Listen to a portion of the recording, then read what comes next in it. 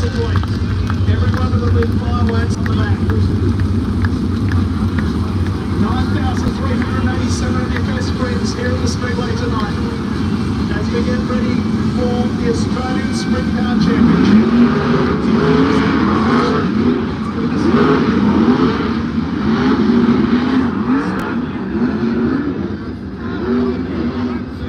You got to sit down, we can't see getting more about to stand up.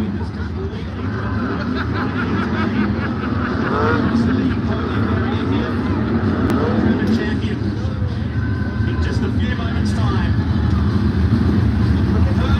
Western Australia, Australia. The big one is the word for the third race through to get to this point. People have given up their time. We thank them very, very much. And we are set for the Australian. You're not going to sit like that, are you? Well, dearest Messiah, I'm going to the outside. John, they pace This you one here, this has got a TV camera in front of me. We should go. Here we go.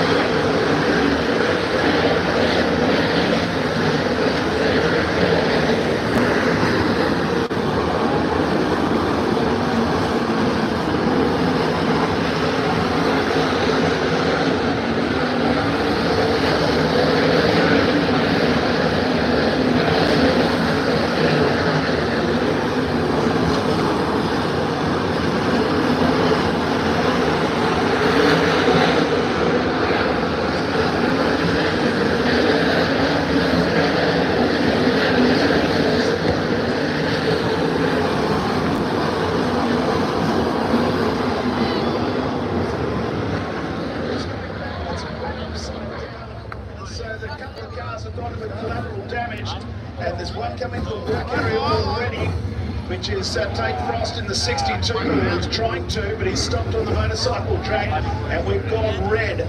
Caught the end of it, boys. Brad Maiolo was going in reverse down the back straight and has tumbled upside down.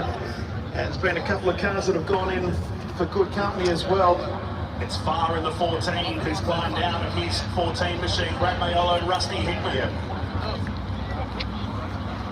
Brad Maiolo having a lot of tumbles there. The man who had some good form across the weekend in 8 races, but let's come to the features on night 1 and again here on Title 9. It's just not worked for Maiolo.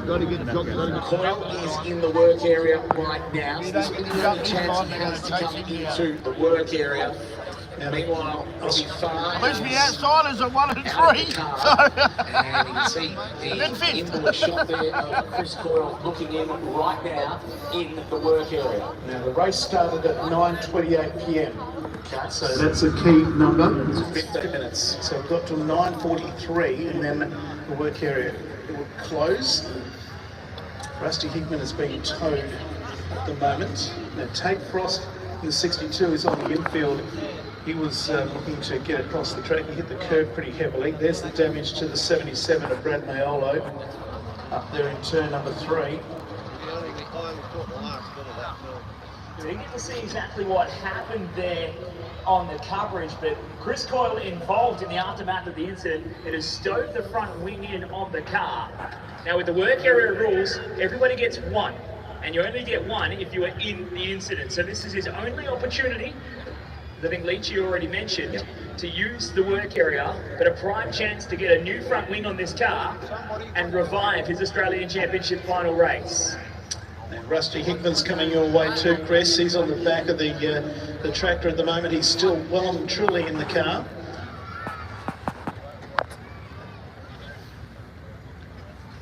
So Hickman moves in, and he is going to have some work done. Take Frost sadly out of the car, and he's going to have to look from the inside out to the rest of the track. So it looks like a right rear down for Rusty Hickman on the V40, but the right front shock is well and truly damaged. It looks like the perch on the chassis is still intact, but now they have to get that slate shock out from underneath the car. It's actually been wedged between the front end and the panhard rod up the front end of the car, which is going to make things challenging to try and fit a right front shock into that car. Otherwise, there's going to be no chance of Rusty being able to wheel this thing around the racetrack right now. It looks like they're going to do a main steering drag link as well on the front end. So big damage here for the V40 of Rusty Hickman. They'll take prime opportunity right now because they don't get a countdown limit until we get rolling and confirm the order. Chris Mitchell in field with us across the weekend, giving us the information that's going on in the work area, and will continue to do so as we continue. They're still trying to bring in the 77 cars. That is giving them that little bit of extra time to keep working in the work area, and they will have the chance to just keep on working. Now, Mayolo's car just about to be dragged onto the infield. Then they'll check the track, and then the yellow lights will come on. And then, Jason Craig. Then let's go, before we tell you about that, let's go down to Billy Bish. Yeah, we've got a pretty despondent Alo here who's seen the end of his campaign within 6 laps. That's disappointing. Yeah, it is, you know. Worked hard to get up there after a bad time trial, and is what it is, I guess. How did it play out? We missed it. Oh, it's hard to say. I passed the car, and next minute they, I don't know, run me over or whatever. All right, we should leave it at that. Yeah, that's all right. Good on you. Brad Mayolo, pretty disappointed with that class. 11th position. We start with Benny Bish, part of the infield reporting team with Chris Mitchell. It's the race leader who was out to a blistering 2 seconds in the early stages of this race. John Goodyear has pushed away. Benson McHugh second and third.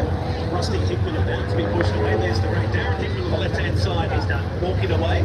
Hickman has done, unfortunately, too much damage to the right front of the car. Torsion bar Arnie that our first assessment that quickly broke off right from the shock has clenched itself in there. The whole front end on the V40 is done, and the Victorian is out of this race. Tough break, there he is. Certainly an Australian champion heavyweight kid Rusty Hickman. We've got some replays coming your way as the field are pushed back onto the third motor in the early stages. 29 laps remaining in the Australian sprint car title for 2023. This is the in-car from the merger contract. In-car with Coyle and wrong place, wrong time. The 79 just shows you how quick it's going, doesn't it? Yeah, so it wasn't wrong in seeing Brad Mayolo going in reverse and then tumbling upside down. Chris Coyle was a little bit of collateral damage, had nowhere to go. But they've enough to fix that. And he will be able to restart. There's another car. Is that Jamie Field? Yes, it is the Jamie Field. I think I'm not sure it's caught on the car. Well, looks what it is. Well, looks what it is.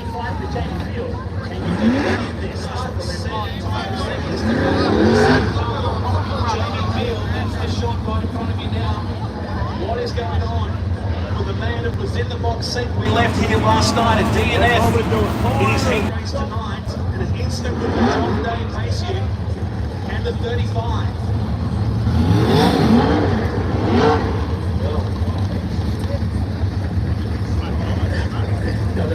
Say then, this is a bit of a sensation.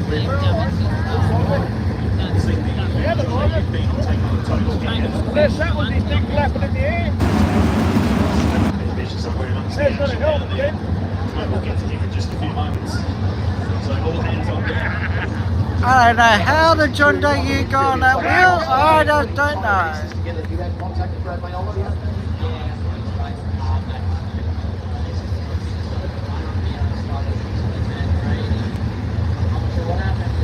We have over 9,000 people here at Perth Motorbikes. It's just hard racing there, so it's easy to get lost up about it. Park to the freeway side. This is just general In the seating. context of your overall career, you're already showing some greatness. Over this side, we are full. This is in the gold and silver.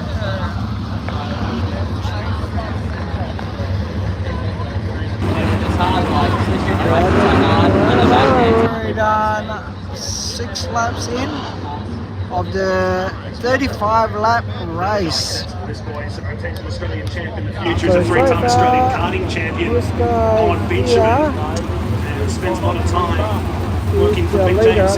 Which is number 20, around 22 or 23, I think. Away to the delight of the crowd, right around this 500-metre oval. That time is going to have to be replaced on the field car. Also a tyre replacement going to be needed for the 8 of David Priolo. He's got a flat right rear rolling around on the bike track right now. This could be the end of his night. And the end of his run for an Australian Championship.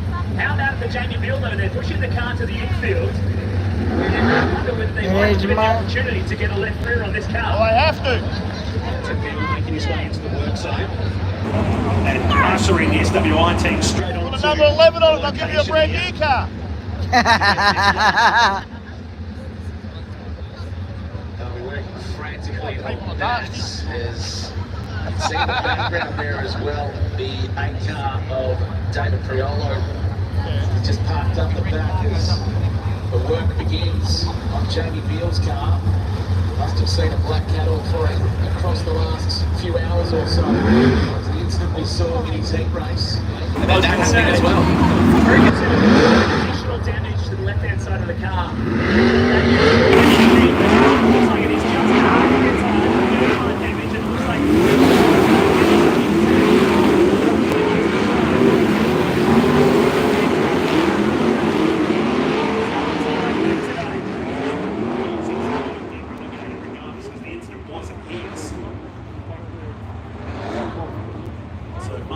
from Sprintcars Australia has just gone in to confirm that it wasn't his problem, so he'll be able to start back in that 7th position.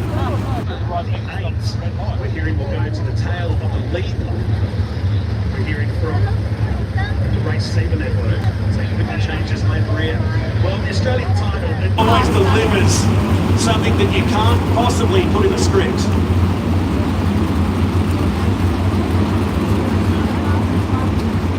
Let's go in field. While that's happening too, the I guess legendary names of the Australian Championship continue to fall here as Robbie Farr, right in the middle of something we're still trying to piece it together. Yeah, I don't know, I'd seen Mel slipping down here and everybody slipped it off, but they went up this country right over, right up that side. They put it down. Bringing your body, like what you hanging your left arm with. Yeah, just walking out.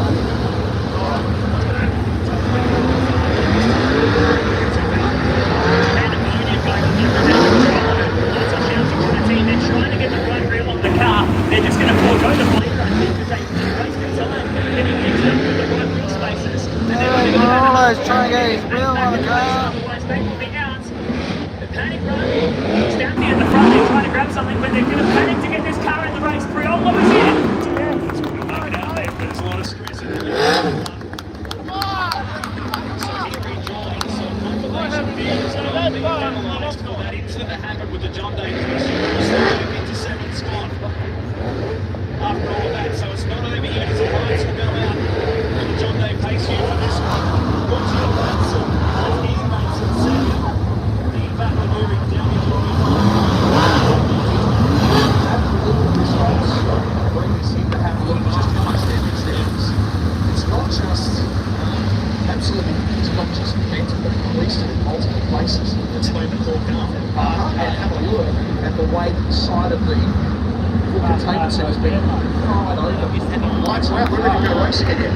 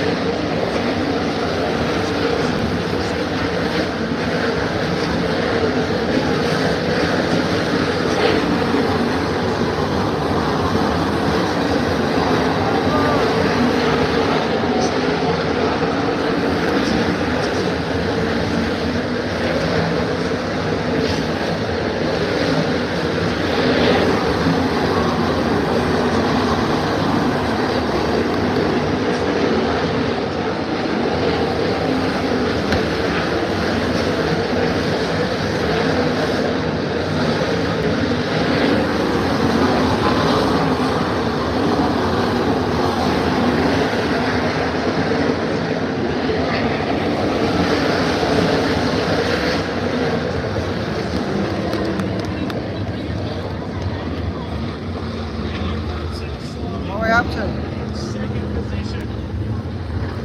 Now I think we're on to... The race is not over yet. You're watching it? I am watching it. Well, you should know what's going on then. I guess it's pit time. Behind his brother several years ago in Parramatta in Sydney. Maybe. He's in the worker at the moment. I'll wait for an update from downstairs. The names keep tumbling in the Aussie title for 23. He's made it into the work area on our ruling in the last minute.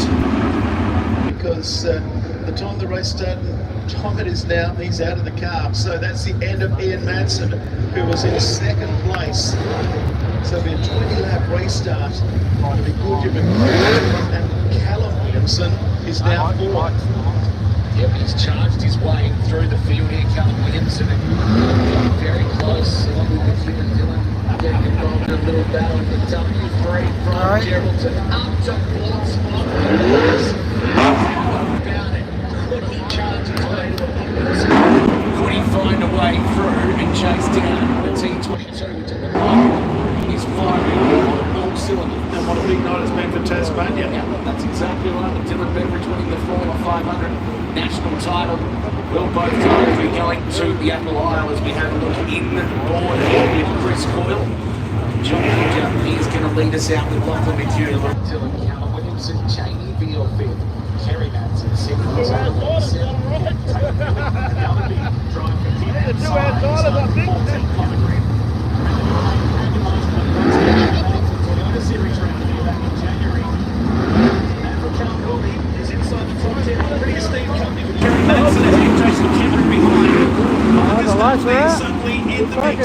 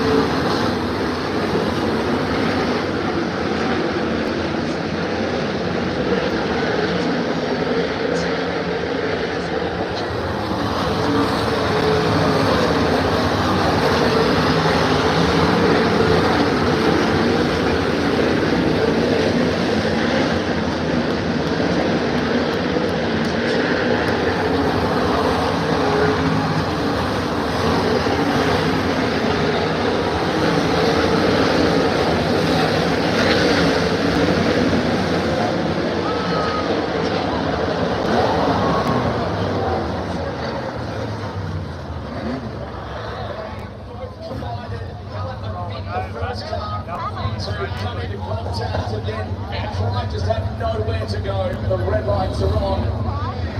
And a horrifying incident out turn 2 as Hallett gets out of his car right now.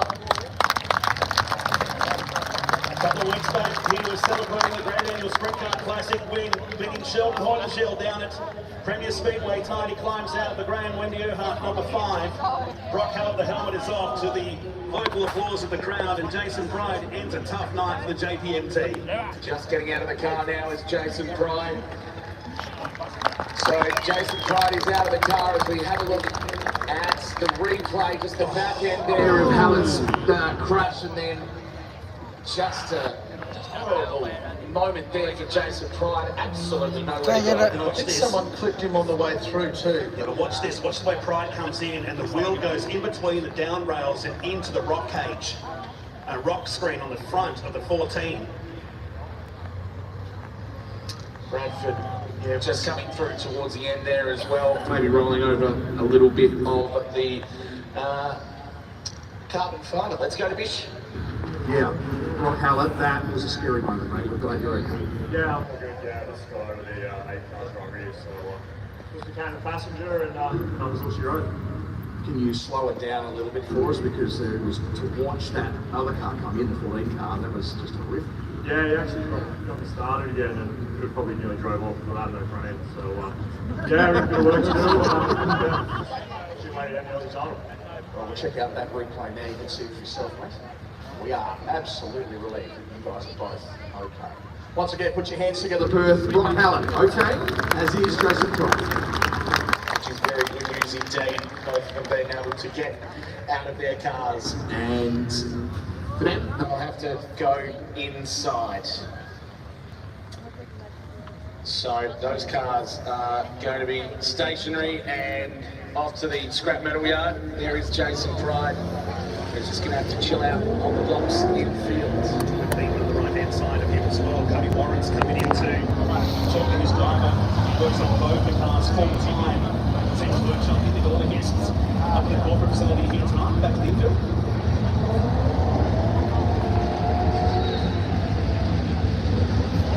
Bish. Just having a look now at the JPM car, and a quick assessment is that it doesn't appear to be bent. It's interesting though, the way that the side panel on top, the bonnet panel has, I don't think I've ever seen them split like that. So you can see probably the impact has actually happened right in the front of the bonnet. Great. Lucky. And of course the work area now closed. Drive the wingless. That's why that Point money of the race. is still. Back with 18 laps to go as well as that. 15 1 Williams watching for position. Dylan.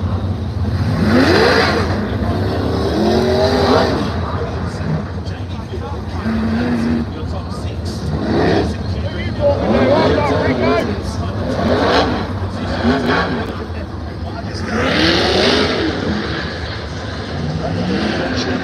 Was going to work area which is no longer available. He did have incidental contact on the way through with Brock Allen. But he'll have to stay out there all the time. So they hit the grid going again in Jason Pike.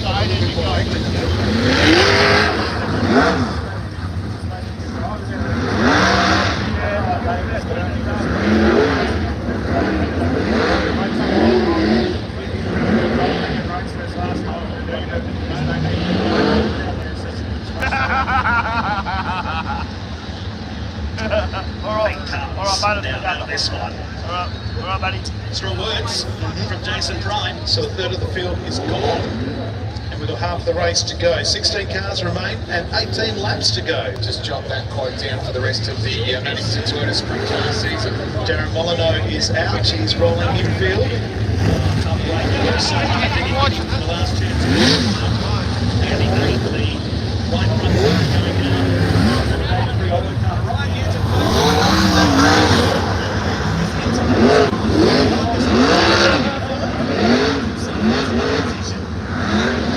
charging race. This is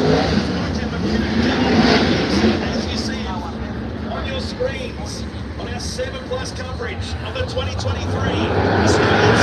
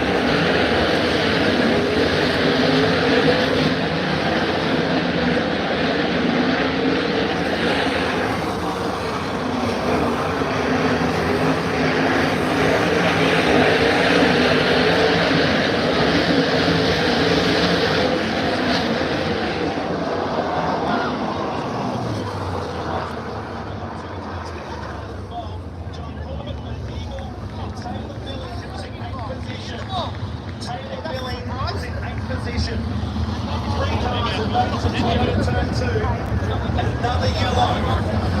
And here is all three of those cars start. We've only got 11 cars left. The likelihood of them getting into lap traffic is one thing. Heavy lap traffic is not going to be as bad as it was at the start, which means for McHugh and Williamson to stay with Goodyear is not going to be as easy. It's sad to see a lot of the cars now take the the very high line. They're going up the top of the track for most of the way. We've seen just a couple of challenges on the lower side of the track, especially at turn number 1, but outside of that, they've been staying pretty much high on the track. Visibility has been rolled away and going down.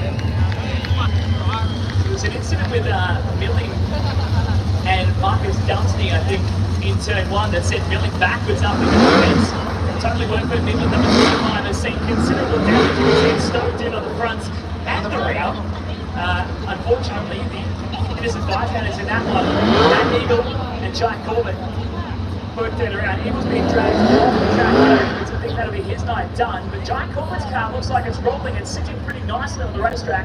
He's just talking with a couple of crew out there trackside and hoping to get a restart here in the Corbett's number 10. So Eagle being towed away to South Australia now to wait another year, of course, heads to Premier Speedway Audible next year. It's a title, massive weekend, classic event.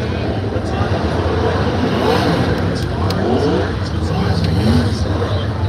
momentarily flagged up as for on the screen of the DNF, but he is squirting that car away.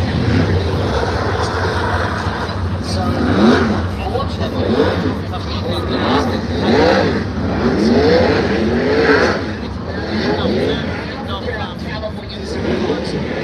spot, he's on the podium. Can Callum Williamson go to the top spot? What do you reckon? Go Callum! Go Callum! Yeah! Do you reckon he can do a slider in turn 1? I could. Be able to do a slider from turn 1, 2, 3, and 4, 5, he's been going. So he actually said to me the other day, I did a slider from Thomas Rowe. Maybe can this WA guy beat these Eastern Staters? Who knows?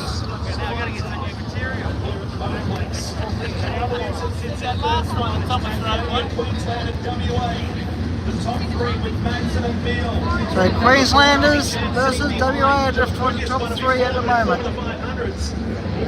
We follow it down to 3. 14 laps to go. Who is going to...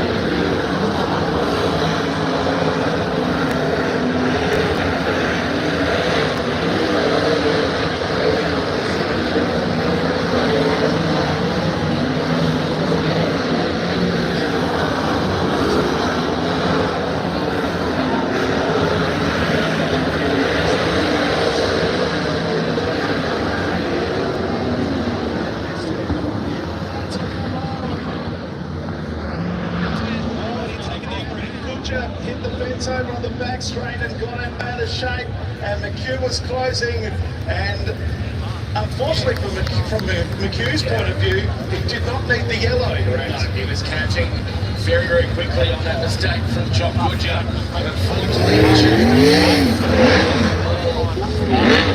Drivers obviously staying very good.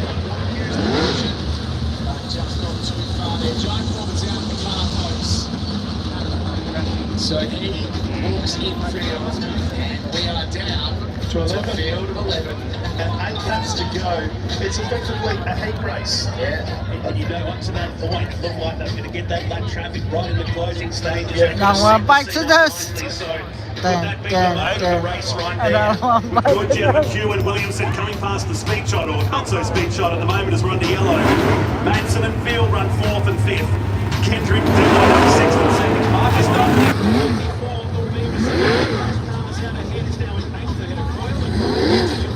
That's still an impressive effort from 24 to 8. He's doing all he can to defend his team. He's doing still a job of it. Right, you've got so many cars in front of you. Obviously, you're trying to escape that and be able to start. He's been able to do that the whole way through. Let's go down to Chris. Very quickly with Giant Coleman, you said something might have broken, that sent you up into the fence. Yeah, I was running pretty good and come into the corner and it just turned hard right and I was full off left side. I'm not sure what happened there, but pretty shitty to the night, but it's what it is. You take away from this that you can come back and run with the best of them at any level around Australia and your level. Out there, but just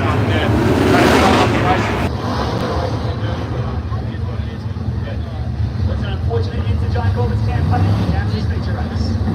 Covered from a big crash in the classic, which made it social media-wise a couple of weeks ago. The teenager from Gippy, Queensland, his championship is over. And 8 laps remaining now in front of this packed house. 8 laps remaining. Here at the Motorplex. What a weekend it's been. The 60th Australian Sprint Car title. McHugh wants to be a magnet on the back of the 22.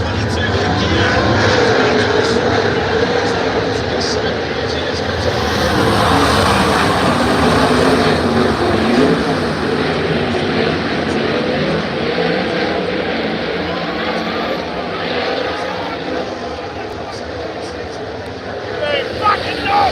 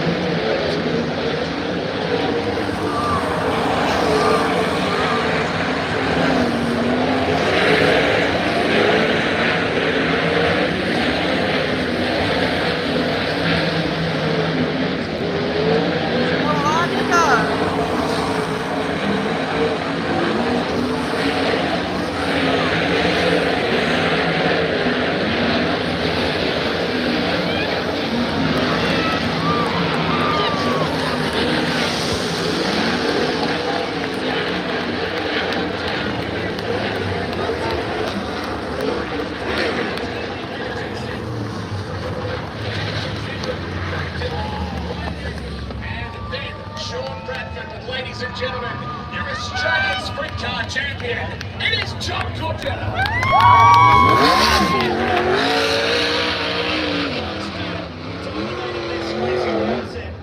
And straight to the scales, the Platinum Prince Scooter Developments number 22.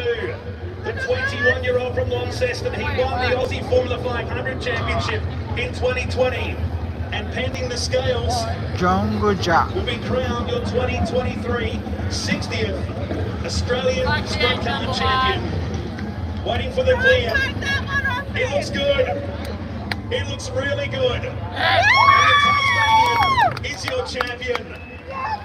Perth Motorplex. We're going to ask you to be patient. We'd love you to come onto the racetrack in just a few moments for our presentation. So don't leave the venue right now.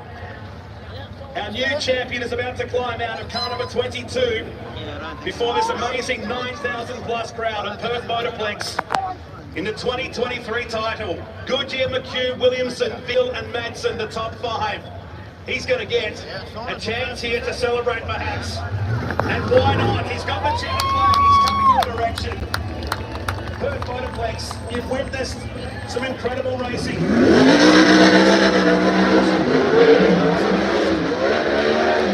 mean, nobody was going to stop him tonight. He wanted it, and he has got it. Through turn number 4, up on your feet, plenty of noise. Your new Australian champion, John Goodyear, the Tasmanian, picks up the win in 2023. I missed out the burnout. People are going to head, but anyway, thank you for watching. Weekend this man has had. He's been ultra consistent. Actually never got himself a heat win across the weekend. He finished 3rd in the A-Main preliminary.